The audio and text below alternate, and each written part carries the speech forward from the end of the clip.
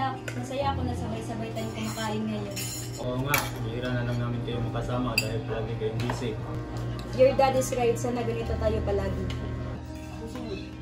Ma'am, alam niyo naman na nasisikap kami para makabili ng mga gamot niyo. I forgot. Inayang sa money, may bibilin ako para sa school eh.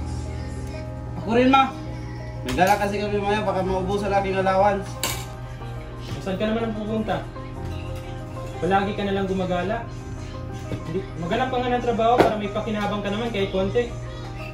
Hindi mo na nga tinapos pag-aaral mo tapos maging palamunin ka pa. Tama na yan. Respeto naman na sa pagkainan tayo. Anak, sandali. Dad, let him go. Ngayon naman tayo siya, dati pa. O sige, bilisan niyo na at baka makakali pa kayo. Kuya, di ba return check-up ngayon ni Mama? Ikaw na lang muna sumama. May ibang lakad pa kasi ako after class. Siya sige. Agaan ko na lang pag-out ko mamaya. Sige, Kuya. Mom, Dad, I have to go. Ako rin po. Okay, mag-iingat kayo. Ingat niya, anak. Ingat kayo. Ako rin po kasi may dadaanan pa. Okay, mag-iingat. Ingat kayo. Ingat na. Ma'am, later. Huwag mo kalimutan. Kita na tayo sa hospital naman. Tatawag na ako sa'yo, okay? Oo, anak. O Dad. Huwag pasawayain ang mga gamot mo. Inumin mo sa tamang oras. Oo anak, thank you for reminding me. Mag-ingat ka.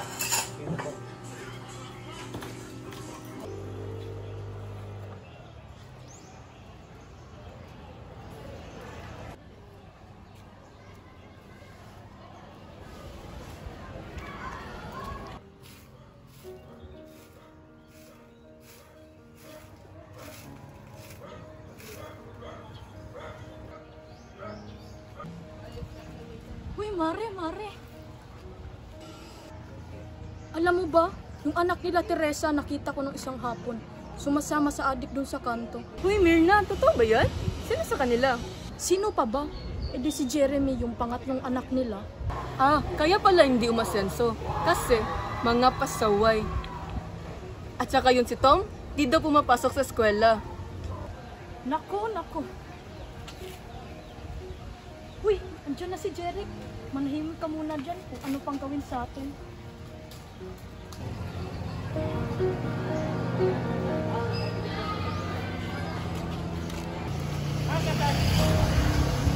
I don't have money na pala. Naubos sa mga bayarin.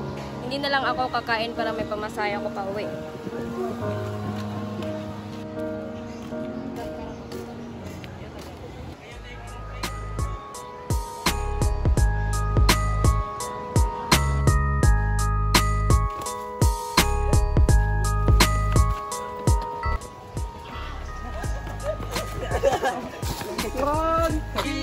Nakatakas na naman. Kaisa na naman tayo. Kaisuan eh. Yung mga pre, saan naman punta natin ngayon? Dating gawin na lang? Sige, tambay na tayo. Tapos hapon na tayo uwi. Para hindi halata, hindi tayo pumasok. Sige, basta walang magsusumbong ha. Oo naman pre, kami pa. Nice ka. Nice. Tayo.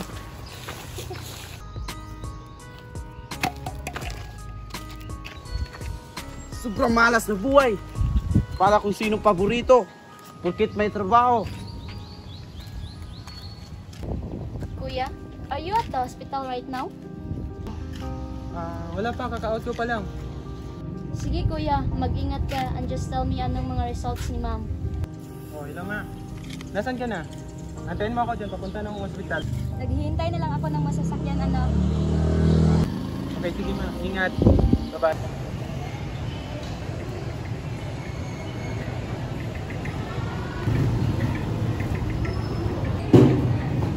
Anak!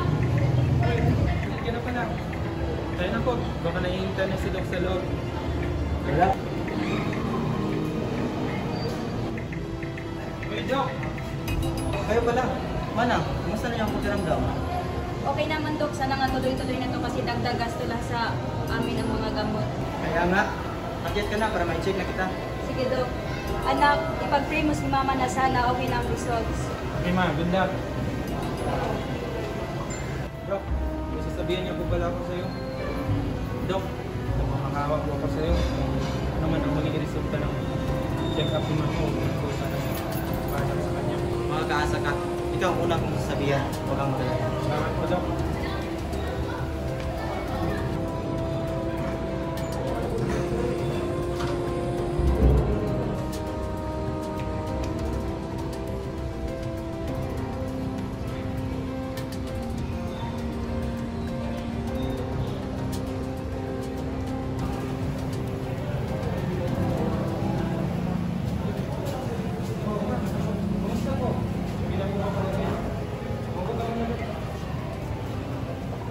Dok, kamusta po kalagayan ni Mama? Gagaling na po ba si Mama? Sorry to say this, Eric. Mas lumala ang cancer ng mama mo. Ano ho? Tiho, wala tayong magagawa. Pwede kayo magpa-schedule ng opera kung may pera na kayo. Dahil mas lalong tumatagal, mas lumalala ng sakit ng mama mo. Eh, Dok, magkano po ba ang magagastos namin sa pagpapa-opera ni... Sa totoo lang, seryoso ang usapin ito. Maaaring umabot ng 1 milyon. Ano ho? 1 milyon? Saan po ako kukuha ng ganong kalaking pera? Eh, may mga kapatid pa akong pinapaaral. Sa ngayon, ipagpatuloy niyo muna ang pagpapagamot sa kanya. Magiging okay din ang lahat. Dok, muna na po ako. Maraming salamat po. Naghihintay na po kasi si Mama sa labas.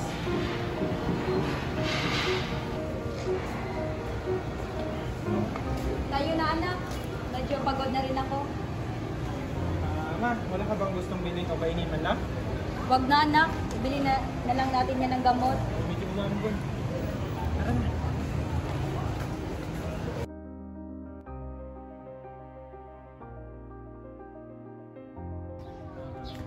Maraming salamat po, Manong. Kaya na na.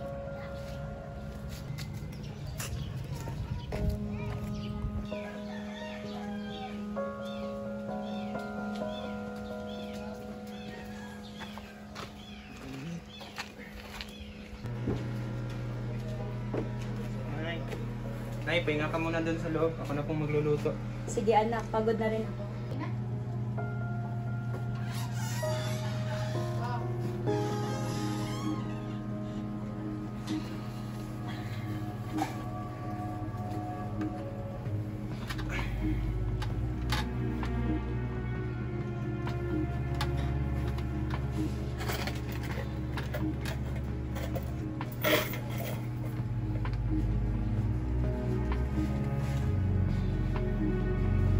Kulang pa ito. Ay!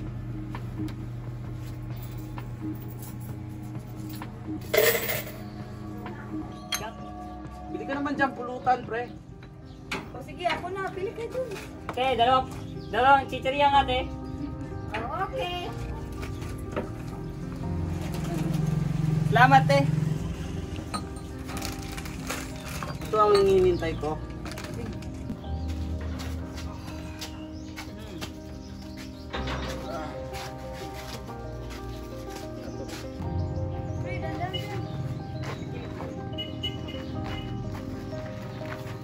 Pre, malapit na tayo, pre.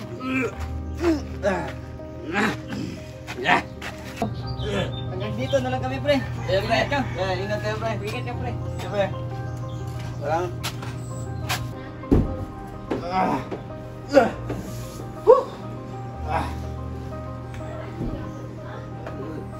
Wala ba tubig dito?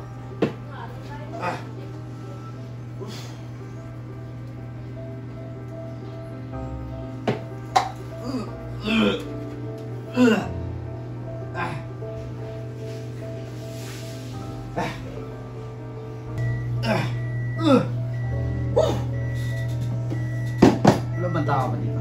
Ma! Anong ulam, ma? Ano na to? Walang ulam? Nakauwi ko lang, walang ulam naman.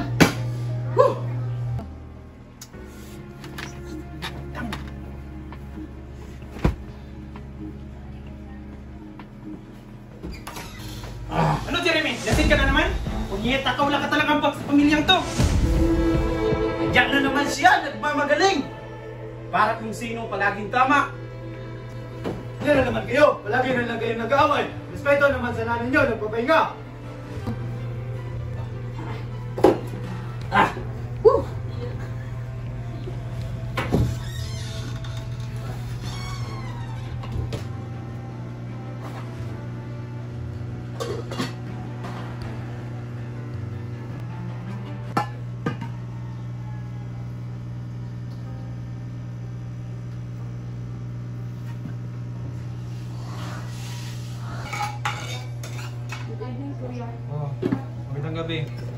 Kumusta ang klase? Okay naman.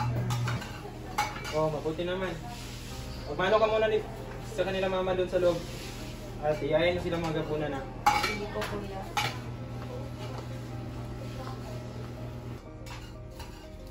Oh, mabuti, dumating ka na.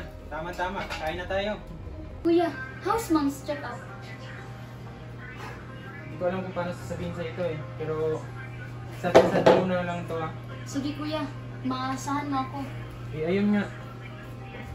Mas lalong lumala ang kalagayan ni mama. Kailangan niyang maoperahan sa lalong madaling panahon.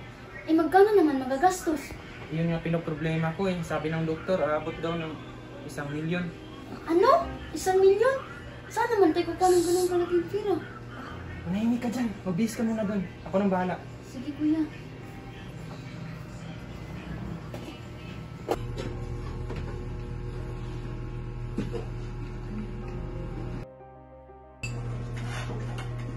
Ano, kain na?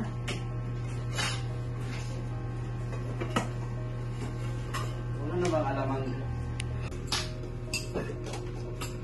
Oh, may... piniritong galong ko? Yes ko nga, may munggo. At alamang. Oh, bakit ganyan ka lang daw? Sige na po, may tinapos lang po kami. Oh, siya, mag-base ka na doon. Saluhan mo na kami dito. Ito.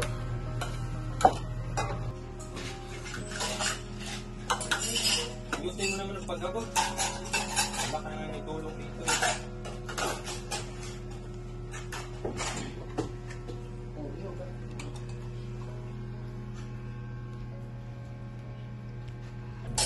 Saan ako kukuha ng pera nito?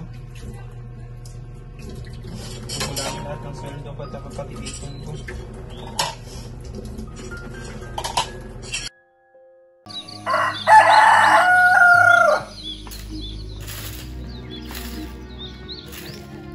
Uy, Myrna, di ba tama ako? Hindi nag-aaral ng mabuti yung si Tom. Sure ka na ba dyan? Oo naman, nakita ko kahapon pag-galagala ng nakainat kami. Tapos, late nang nakauwi. Ewan ko ba dyan sa kanila, Teresa? Hindi pinalaki maayos mga anak nila. Tsaka yan si Jeremy. Nakita ko kahapon, gumagamit tsaka umiinom pa. Ayan mo na nga. Pero Mare, parang ang tagal ko nandun nakita si Teresa. Oo nga no, ano na kayang nangyari sa kanya? Baka may sakit. Napunta sa kanya lahat kamalasan ng mga anak niya.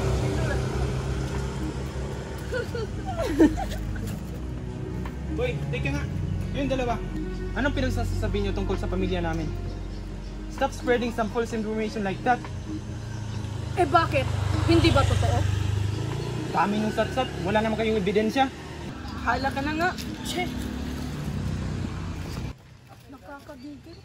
Sira tuloy araw ko.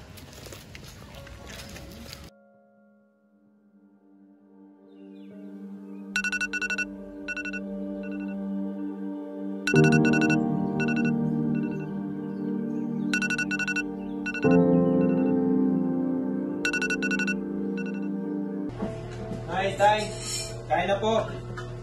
Nag-aantay na po ang pagkain. Lalamig ito mamaya.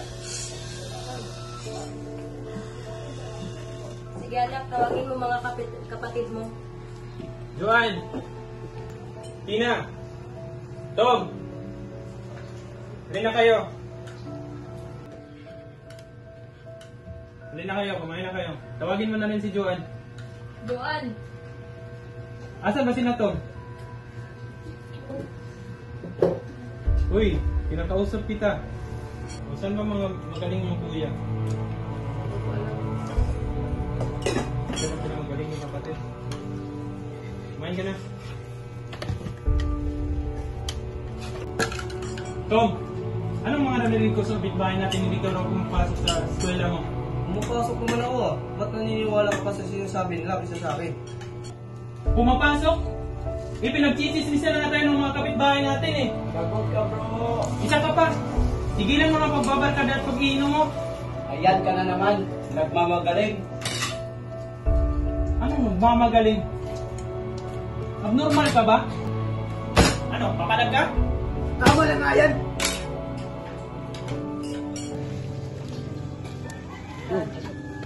Sana bro? Ito bro. Asin ba ito bro? Good item yan. Sure ka? Sure. Galing pa yan sa Quiapo. Magkano? Malapit lang. 1.5. Hoy, Jeric! Ano na naman? Ebidensya ba gusto mo? O ano ito?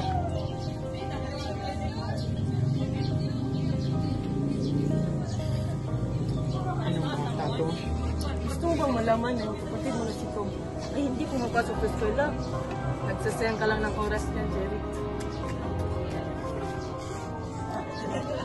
Jeremy! Jeremy! Bakit? Ang ingay-ingay naman. Wala ka nang ginawa dito sa bahay, dumagdag ka pa ng problema. Mga anak! Ayan Tama na yan! Ayan ka naman kasi. Nagmamadali para kung sino makastar sa pamilya na to. Alam niyo namang lumalala ng kalay. Sabing tama na yan eh! Nay! Nay! Nay! Ikaw may kasalanan dito eh! Nay! Nay! Nay! Tayo!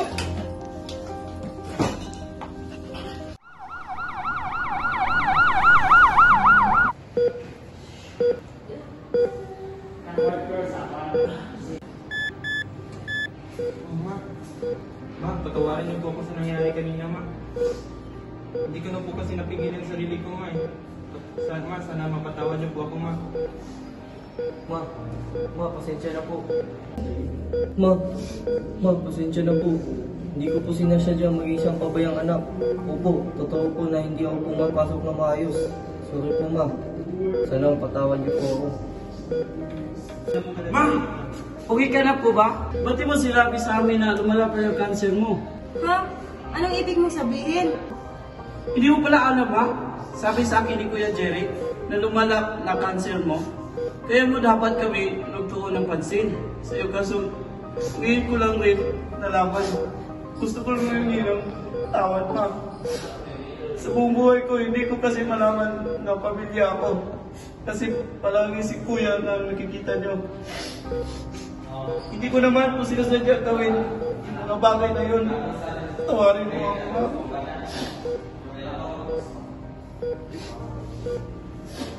Ma, pasensya na po, ma. Pasensya na po at tinago ko sa inyo na lumalala na pala yung cancer mo. Baka po kasi mabigla kayo, ma eh. Pasensya na po talaga, ma. Sana magpatawad niyo po kami. Mga anak, huwag kayong mag-alala. Okay lang ako. Kaya ko to. Ako pa ba? Tsaka, kayong tatlo, huwag na kayong mag-away-away ha. Pinapatawad ko na kayo. At huwag kayong mag-alala paglabas ko rito. Papasyal tayo sa dati nating paboritong lugar. Pasyal. Gusto ko gumawa tayo ng mga bagong memories na madadala natin sa habang buhay. Okay ba yun sa inyo? Oo naman, ma. Siyempre naman. Kaya agad. Kaya bilisin na pong pagpapagaling, ma.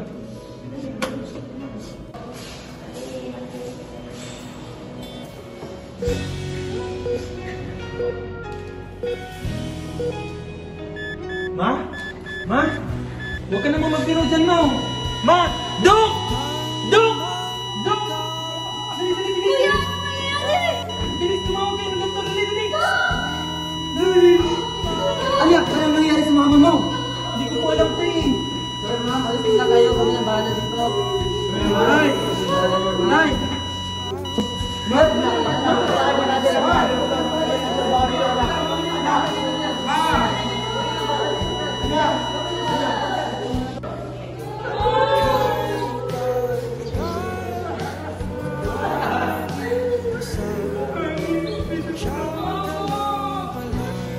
Clear!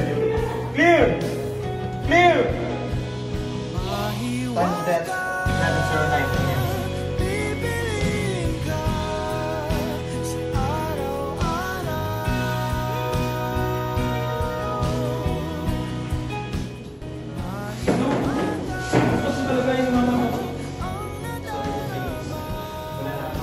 Ano po yun? Sorry po, sir. Sandali sa pamilya niyo. Ginawa namin ang lahat. Mauna na ako. Huwag kayong mag-alala. Masaya yun si Mama. Bago na namatay, napatawad na yun na. Mahal na mahal kita, Teresa. Mahal na mahal naman kayo ng anak. Buti na nga.